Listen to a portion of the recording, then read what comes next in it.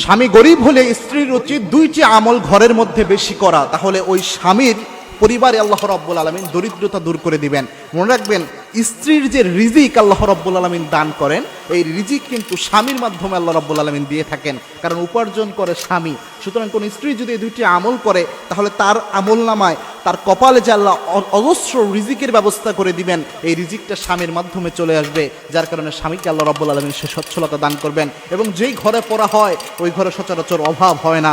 তার মধ্যে এক নাম্বার যে আমলটা, এটা আল্লাহর হাবিব সাল্লাল্লাহু আলাইহি ওয়াসাল্লামের দেওয়া অত্যন্ত গুরুত্বপূর্ণ একটি আমল, যেটা ইবনে মাসউদ রাদিয়াল্লাহু তাআলা আনহু তিনি নিজে করে তিনি উপকৃত হয়েছেন। ইবনে মাসউদ রাদিয়াল্লাহু তাআলা আনহু যখন অন্তিম শয্যায়, বাইহাকী শরীফে এই হাদিসটা এসেছে, ইবনে মাসউদ রাদিয়াল্লাহু তাআলা অন্তিম শয্যায় অবস্থায় ওসমান রাদিয়াল্লাহু তাআলা তাকে দেখতে গেলেন।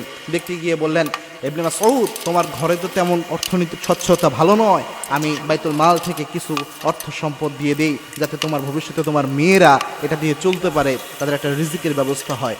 ইবনে মাসউদ রাদিয়াল্লাহু তাআলা আনহু বললেন, ওসমান, আমার এই জিনিসের কোনো প্রয়োজন নাই, কারণ আল্লাহর হাবিব সাল্লাল্লাহু আলাইহি ওয়াসাল্লামের শেখানো একটি আমল আমার কন্যাদেরকে আমি সব সময় শিক্ষা দিয়েছি।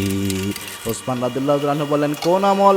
ইবনে মাসউদ বললেন, আল্লাহর হাবিব সাল্লাল্লাহু আলাইহি ওয়াসাল্লাম বলেছেন, যেই ঘরের মধ্যে সূরাতুল ওয়াকিয়া পড়া হয়, সেই ঘরের মধ্যে কখনো দরিদ্রতা আসে না।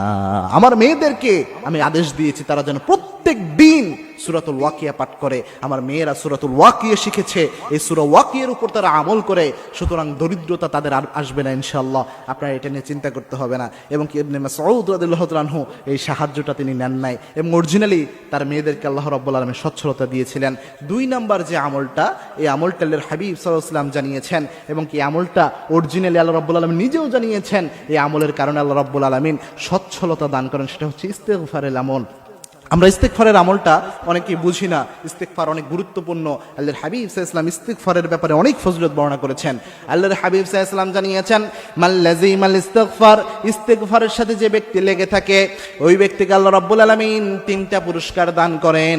তার মধ্যে একটা পুরস্কার হচ্ছে ওয়ারযুকুহু হাইসু লা ইয়াহতাসিব, এমন জায়গা থেকে আল্লাহ রাব্বুল আলামিন রিজিক দেয় যা সে কল্পনাও করে নাই। এমন জায়গা থেকে আল্লাহ রাব্বুল আলামিন রিজিকের বরাদ্দ করে দেয় যা সে কল্পনাও করতে পারে নাই, যে এই জায়গা থেকে আল্লাহ রিজিক দিতে পারে।